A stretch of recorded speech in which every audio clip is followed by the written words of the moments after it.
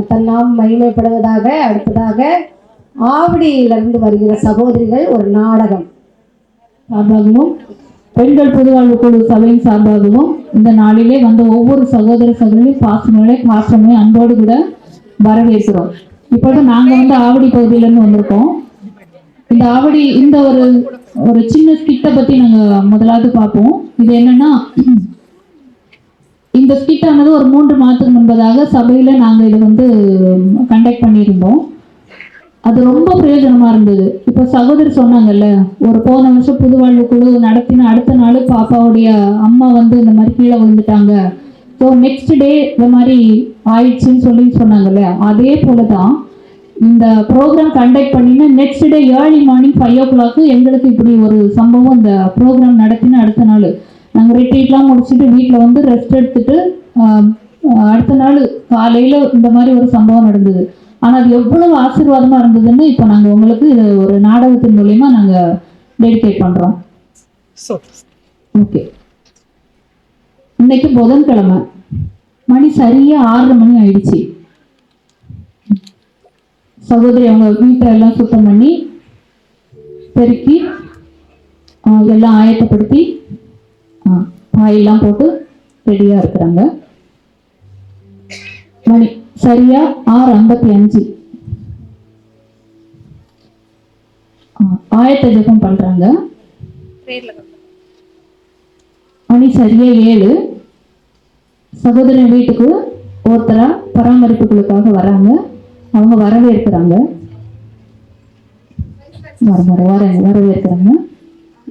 இப்ப மணி சரியா 7 பராமரிப்புக்குள்ள ஆரம்பமாகுது. ஆரம்ப ஜெபம் பண்றாங்க.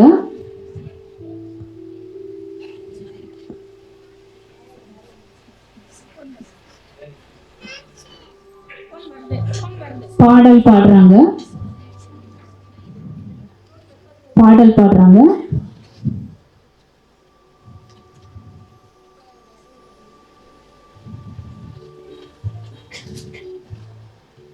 அடுத்தது ஆராதனை செய்யறாங்க.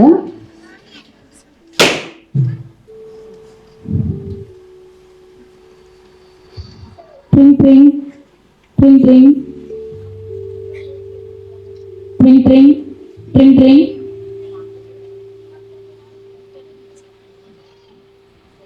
Drink drink.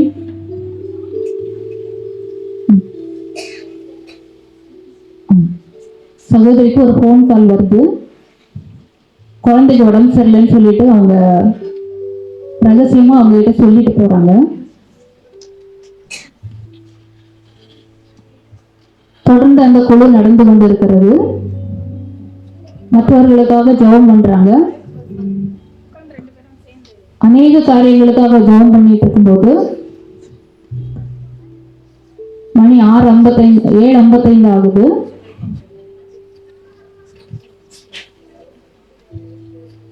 இப்பொழுது முடிவு ஜெபம் வரப்போது. மணி 8. அப்ப அவங்க ஒருவரோட ஒருவர் பேசிக்கொள்றாங்க. இந்த மாதிரி குழந்தைக்கு உடம்பு சரியில்லை, வந்துட்டு போனாங்களே, ஒரு ரேட்டு வாங்கல, 4 வீடு தள்ளி தானே இருக்கு, வாங்க போகலாம் அப்படின்னு சொல்லிட்டு மொத்த குழுவும் அந்த 2வது குடும்ப வீட்டுக்கு போறாங்க. வீட்டுக்கு போய் குழந்தைக்கு உடம்பு சரியில்லைன்னு சொல்லிட்டு இவங்க போறவங்க போய் ஜெபம் பண்றாங்க. அவங்க தலைமையில கை வச்சு, பாப்பா தலைமையில கை வச்சு ஜெபிக்கிறாங்க. குழந்தை சுகமாயிடுச்சு. சுகமாயி எழுந்த உடனே இந்த 3வது குடும்பம் அவங்கள பார்த்துக்கிட்டே இருக்கிறாங்க. இவங்க குடும்பமும் மொத்தமா கும்பலா வந்தாங்களே, என்ன விஷயம்னு கேக்குறாங்க. அவங்க சொல்றாங்க, குழந்தைக்கு உடம்பு சரியில்லை, என்னுடைய பிரேயர் சைட்ல இருந்து ஜெபிச்சாங்க, அதனால நாங்க தொடர்ந்து அந்த குழுல மெம்பரா இருக்கிறோம். அப்படியா, சரி சரி, ஓகே, சரி. இவங்க கடந்து போயிட்டாங்க. பராமரிப்புகளை நடத்தவங்க கடந்து போயிட்டாங்க. 2வது குடும்பமும் கடந்து விட்டது. 1 மாதத்துக்கு பிறகு 3வது குடும்பத்துல ஒரு சின்ன பிரச்சனை வருது. ஒரு பிசாசு பிடிச்ச அந்த குடும்பத்துல பிரச்சனை வருது. அவங்க அலறாங்க, ஐயோ பயமா இருக்குது, என் பிள்ளைக்கு என்னாச்சு, ஐயோ என்ன தெரியலையேன்னு சொல்லிட்டு, ஐயோ படுறா படுறா சரி சொல்லிட்டு உடனே அந்த 2வது குடும்பத்தினுடைய சகோதரிக்கு ஃபோன் பண்றாங்க. என் பிள்ளைக்கு உடம்பு சரியில்லை, கொஞ்சம் வாங்கல அப்படின்னு சொல்லிட்டு கூப்பிடுறாங்க. உடனே அந்த 2வது குடும்பம் நேர கடந்து சகோதரி போறாங்க, தனியா போறாங்க. நீங்க ஒண்ணும் பயப்படாதீங்க, நீங்க வாங்க அப்படின்னு சொல்லிட்டு மொத்த குழுவுமே போய் ஜெபம் பண்றாங்க. பிள்ளை மேல கை வைக்கிறாங்க. கை வச்ச உடனே குழந்தை இருந்து நல்லா நார்மலா ஆயிட்டாங்க. பிள்ளை சுகமாயிட்டு உடனே அவங்க கடந்து போறாங்க. கடந்து போன உடனே நாங்களும் உங்க பராமரிப்பு குழுவுல சேர்ந்து வரலாமா அப்படின்னு கேக்குறாங்க.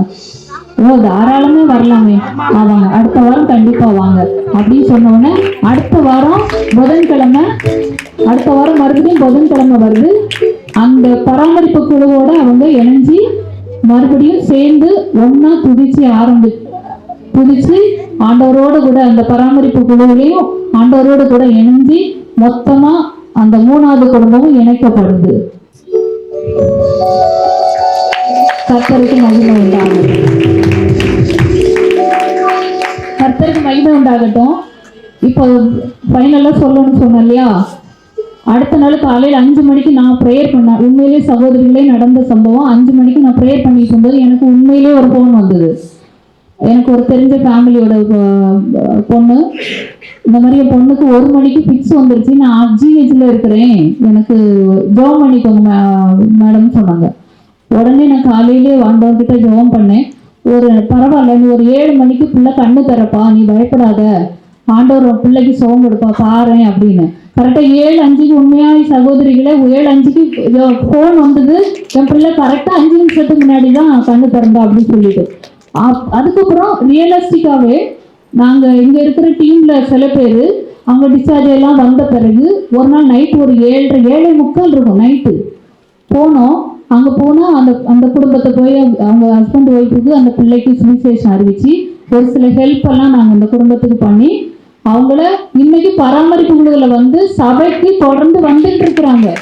அதுதான் எதுக்கு சொல்ல வரேன்னா, நாம பேசுறதோ செய்யறதோ நாடகம் நடத்துறதோ முக்கியமானது இல்லை, அதை நம்ம இம்ப்ளிமெண்ட் பண்றோமா, அதன்படி நம்ம கிரியை செய்யறோமா அப்படிங்கிறது தான் இந்த நாடகத்தோட டீம். தொடர்ந்து ஜெபம் பண்ணிக்கோங்க. கர்த்தருக்கு மகிமை உண்டாகட்டும். ஆமென். ப்ரேயர் பண்ணுவோம். புதிதாய் ரசிக்கப்படாத ஜனங்களும் வருவாங்க, ஹிந்துஸ் ஜனங்களும் வருவாங்க. எங்கள் பிள்ளைக்காக ஜெபம் பண்ணிக்கோங்க. நான் ரோட்டில் நடந்து போனாலும் சொல்லுவாங்க, எங்களுக்காக ப்ரேயர் பண்ணிக்கோங்க சிஸ்டர். இந்த மாதிரி ஜெபக்குழுக்கள் நமக்கு அநேகம் தேவை. நீங்களும் அவங்க வீட்டில் போய் ஒரு புதன்கிழமையோ அல்லது ஏதாவது ஒரு நாள் நீங்கள் நடத்தலாம். ஆனால் எங்களுடைய சபையின்படி நாங்கள் புதன்கிழமை கேர்சல் நடத்துகிறோம். எல்லார் வீடுகளையும் நடக்கும். அநேகர் வருவாங்க. அல்லேலூயா. நல்ல விரிவாக்கம்ன்றத அவங்க சுட்டி காட்டினாங்க. நல்லா இருந்தது நாடகம். எல்லாம் மறுபடியும் ஒரு கரங்களை தட்டி ஆமென். அல்லேலூயா. அடுத்தது திருமலை வாயிலிருந்து சகோதரிகள் வந்திருக்காங்க, தூரத்திலிருந்து வந்திருக்காங்க. அவங்க நமக்காக ஒரு பொக்கிஷம்ன்ற ஒரு நாடகத்தை, ஒரு கிறிஸ்தவ குடும்பத்தில் நிறைய பேர் என்ன பண்ணுறாங்க, நம்ம என்ன பண்ணுறோன்றது தான் இது ஒரு ஜெனரலான ஒரு கதை. இது முடிஞ்சவொன்னு அதோட விளக்கம் சொல்லும்போது உங்களுக்கு புரியும். இது ஒரு மகளும் அம்மாவும் இருக்கிறதான ஒரு கேரக்டரான ஒரு கதை. இது நம்ம நடைமுறை வாழ்க்கையில் நடக்கிற ஒரு விஷயம்தான். அதுதான் நம்ம பண்ணுறோம் நிறைய டைமில். அதுதான் இது என்னென்னா, நானும் நிறைய இடத்துல அதை பண்ணியிருப்பேன். இதை நம்ம இந்த கதையை முடிச்சும்போது இதை நீங்கள் கேட்கும்போது இதோட விளக்கம் உங்களுக்கு புரியும்.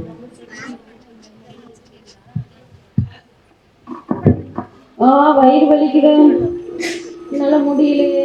பெசி என்னாச்சுமா? அம்மா எனக்கு ரொம்ப வயிறு வலிக்குதுமா, என்னால முடியலம்மா. ஐயோ வாமா, நம்ம ஹாஸ்பிட்டல் போகலாமா, நம்ம ஃபேமிலி டாக்டர் கிட்ட போகலாமாம்மா? நான் வரலம்மா, எனக்கு பெரிய ஒரு குண்டா சோறு போட்டு எனக்கு கொண்டு வாங்கம்மா. வயிறு காலியா இருக்கறனாலதான் வயிறு வலிக்குது போல. ஹாஸ்பிட்டல் போகலாமா? வரலம்மா, எனக்கு சாப்பாடு போட்டு வாங்கம்மா. சரி இருமா, நான் சாப்பாடு கொண்டு வரேன் உனக்கு. வயிறு வலிக்குது. இந்தமா சாப்பாடு சாப்பிடுமா. என்னம்மா இவ்வளவுதான் போட்டு வந்திருக்கீங்க? நிறைய போட்டாரு. முதல்ல சாப்பிடுமா, சாப்பிடு, நான் திருப்பி தரேன். என்னம்மா சாப்பிட்டேன். தண்ணி சரி, கொஞ்சம் படுத்து ரெஸ்ட் ரெஸ்ட் எடுமா. சரிங்க.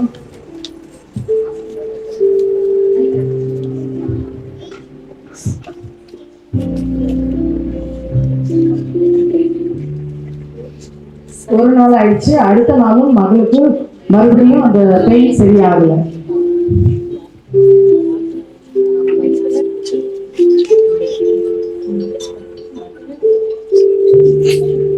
ஐயோ, நேத்துல இருந்து வயிறு சரியே ஆகலையே, என்னன்னே தெரியலையே.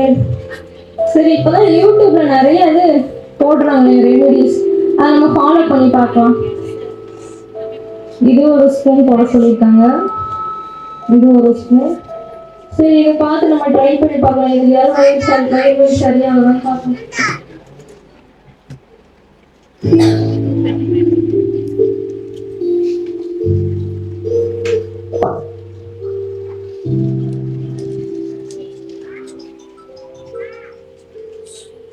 எத்தனை ஸ்பூன் போட சொன்னாங்க தெரியலையே. சரி, நம்ம இஷ்டத்துக்கு போடலாம்.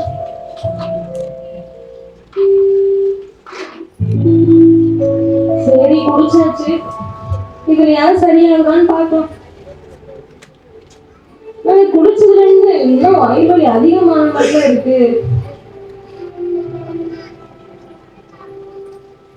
மெஸ்ஸி, வயிறு வலி எப்படி இருக்குமா? இல்லம்மா, என்ன சரியாகலாமா? இப்பதான் ஒரு கசாயம் யூடியூப்ல பார்த்து செஞ்சு குடிச்சேன். அப்படின்னு இன்னும் அதிகமாயிடுச்சுமா, எனக்கு முடியலமா. சரி வா, நம்ம ஃபேமிலி டாக்டர் போயிட்டு வரலாம். இல்லம்மா, சரியா இன்னைக்கு ஒரு நாள் பாப்போம். சொல்றது கேளு, வாமா ஹாஸ்பிடல் போயிட்டு வரலாம். வாமா. வரலம்மா, இப்போ கொஞ்சம் ரெஸ்ட் எடுத்தா கொஞ்சம் சரியாயிடுமா. சரி, படுத்து கொஞ்ச நேரம் ரெஸ்ட் எடுமா. சரி.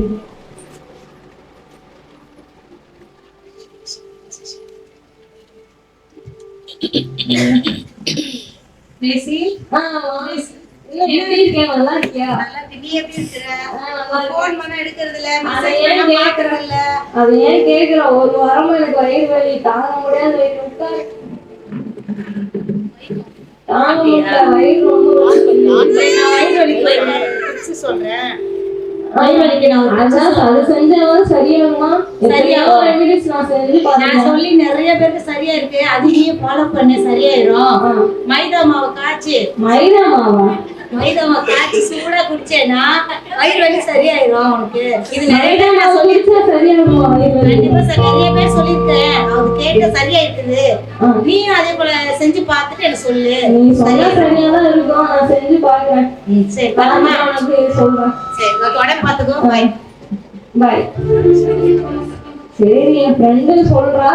சரி, அவ சொல்றா செஞ்சு பார்ப்போம். எத்தனையோ ட்ரை பண்ணிட்டோம், அவ சொல்றதே ட்ரை பண்ணி பார்த்துருவோம். மைதா மாவுலாம் போட்டு சரியாகுமான்னு தெரியல. சரி, என்ன பிசு பிசுன்னு கொல கொலன்னு இருக்கு. சரி, குடிப்போம். நீ நல்லாவே இல்லை, ரெமெடின்னு சொல்றாங்க. ஐயோ, இன்னும் தாங்கலையே வயிறு வலி. அம்மா, என்னால முடியலம்மா, வயிறு ரொம்ப வலிக்குதுமா. மெஸ்ஸி, என்னால முடியலம்மா. என்னம்மா, என்னம்மா ஏதாவது பண்ணுங்கம்மா.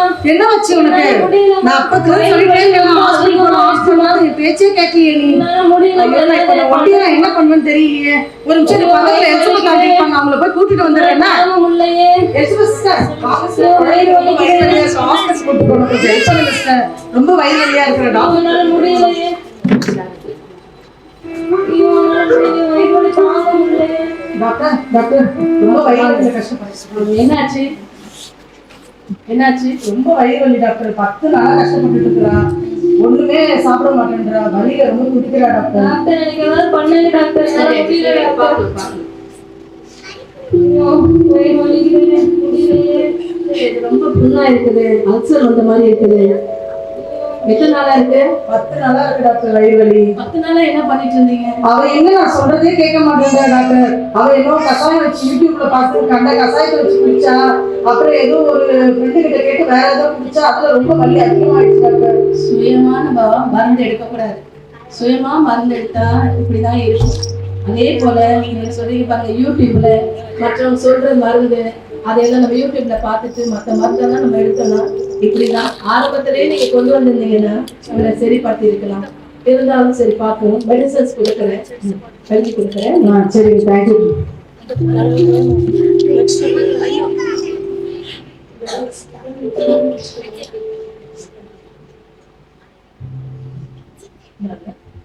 சிஸ்டர்ஸ் போடுங்க.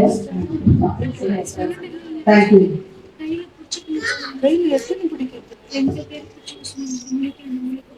எல்லாருக்கும் இந்த நாடகம் வந்து புரிஞ்சுதா உங்களுக்கு? பைபிள்ல கூட ஒரு வசனம் இருக்கு. லூக்கா 5:31 யாராவது எடுத்து வாசிக்கலாமா?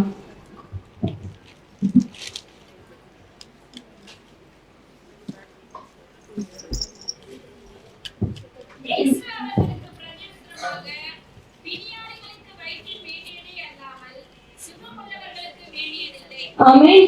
பிணியாளிகள்னா யாரு? நம்ம தான் பிணியாளிகள். நம்ம எந்த நோயில பாதிக்கப்பட்டிருக்கோம்? ஆண்டவர் வந்து இந்த இடத்துல பிணியாளிகள் சொன்னது வந்து பாவத்தை குறித்து தான் சொல்லியிருக்காங்க. அப்படிதானே?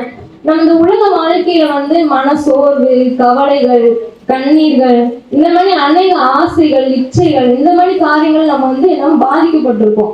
பல உணர்ச்சிகள் மூலமா நம்ம எல்லாம் பாதிக்கப்பட்டிருக்கோம். ஆனா உலக பிரகாரமான மக்கள் என்ன பண்ணுவாங்கன்னா, அவங்க சோர்வோ மன கஷ்டமோ ஏதாவது வந்தா கூட அவங்க என்ன பண்ணுவாங்க, யூடியூப், இன்ஸ்டாகிராம், வாட்ஸ்அப் இந்த மாதிரி காரியங்கள்ல போய் அவங்களோட நிம்மதியை தேடிப்பாங்க. ஆனா அந்த நிம்மதி கிடைக்குமா அவங்களுக்கு? கிடைக்காது. இன்னும் கூட கொஞ்சம் தான் அவங்களோட நிம்மதி இல்லாம போவாங்க, சந்தோஷம் இல்லாம தான் போவாங்க. இன்னும் அதிகமா அவங்களோட மன சோர்வுக்குள்ளதான் அவங்க கடந்து செல்றதை நம்ம பார்த்திருக்கோம். ஆண்டவருடைய பிள்ளைகளாகிய நம்ம ஆண்டவர்கிட்ட போறோமா இல்ல உலகத்துல போறோமா? ஒரு யோசித்து பார்க்கலாமா? நம்மளுக்கு நிறைய அந்த உலகத்துல மன சோர்வு வரலாம், கவலைகள் வரலாம், எத்தனையோ பிரச்சனைகள் வரலாம். நம்ம ஆண்டவர்கிட்ட போறோமா இல்ல நம்ம மனுஷர்களை தேடி போறோமா இல்ல மொபைலை தேடி போறோமா? இந்த மாதிரி பல என்டர்டெயின்மெண்ட் பண்றதுக்கு நிறைய காரியங்கள் இருக்கு, மன சோர்வு போக்குறதுக்கு நிறைய காரியங்கள் இருக்கு. அதை தேடி நம்ம போறோமா? கொஞ்சம் நம்ம சிந்தித்து பார்க்கலாமா? ஆண்டவர் நம்மள்ட்ட இருந்து என்ன எதிர்பார்க்கறாங்கன்னா, வருத்தப்பட்டு பாரம் சுமக்கிறவர்களே நீங்கள் எல்லாரும் யார்கிட்ட வரணும்? என்னிடத்தில் வாருங்க. யூடியூப்ட போங்கன்னு சொன்னாங்களா? இல்ல மனுஷரை தேடி போங்கன்னு சொன்னாங்களா? இல்ல, என்னிடத்தில் வாருங்கள், நான் உங்களுக்கு இளைப்பாறுதல் தருவேன்னு சொன்னாங்க. அதே போல நம்மளும் நம்மளுக்கு வருகிற சோதனையில வந்து நம்ம ஆண்டவரோட சமூகத்திட்ட நம்ம போகும்போது அவர் நம்மளுக்கு என்ன நல்ல ஒரு சொல்யூஷன் கொடுப்பாங்க. ஆனா உலகம் தராத சமாதானத்தை ஏசப்பா நம்மளுக்கு தருகிற தேவனா இருக்காங்க. அப்படித்தானே? உலகத்துல நம்ம வந்து நம்மளோட சமாதானம் வந்து உலகத்துல போனா நம்ம சமாதானம் சந்தோஷம் கிடைக்கும்னு நினைச்சு நம்ம யூடியூபோ மனுஷர்கள் தேடி போறோம். ஆனா அங்க வந்து நம்மளுக்கு என்ன கிடைக்காது? சந்தோஷமும் சமாதானம் கிடைக்கவே கிடைக்காது. இருக்கிற பிரச்சனை என்னாகும்? அதிகம்தான் ஆகும். இருக்கிற மனசோர்வு என்ன ஆகும்? அதிகம்தான் ஆகும். ஆனா ஆண்டவர்கிட்ட போகும்போது நம்மளுக்கு ஒரு இளைப்பாறுதல், நல்ல பீஸ்ஃபுல் லைஃபை ஏசப்பா நம்மளுக்கு தருவாங்க. இனிமேல் நம்ம ஆண்டவரோட சமூகத்துக்கு தாவீது கூட அவருடைய இக்கட்டான சூழ்நிலையில கூட எனக்கு ஒத்தாசி வரும் பர்வதங்களுக்கு நேராக என் கண்களை ஏறெடுக்கிறேன். ஏன்னா எனக்கு உதவி அவர்கிட்ட இருந்து தான் வருது. என்னோட சமாதானம் சந்தோஷம் அவர்கிட்ட இருந்து நம்மளுக்கு வருது. உலகத்திலேயோ வேற எந்த சூழ்நிலையில இருந்து நம்மளுக்கு சந்தோஷமும் சமாதானமும் எதுவுமே வராது. அவர் தான் நம்மளுக்கு சந்தோஷம், இந்த சமாதானத்தையும் அவரோட சமூகத்திட்ட போய் நம்ம எல்லாத்தையும் சொல்லும் போது ஏஸ்பா நம்மளுக்கு ஒரு நல்ல சொல்யூஷனை ஏஸ்பா கொடுப்பாங்க. கடைசியா போய் நம்ம ரொம்ப அடிபட்டு நொந்து போய் கடைசியா போய் அவர்கிட்ட போய் சேர்றதை விட ஃபர்ஸ்டே மன சோர்வா உடனே ஏஸ்பா எனக்கு இந்த மாதிரி ஒரு சோர்வு இருக்கு, எனக்கு உதவி செய்யுங்க, எனக்கு ஒரு சொல்யூஷனை கொடுங்க நம்ம சொல்லும் போது ஏஸ்பா நம்மளுக்கு உதவி செய்வாங்க.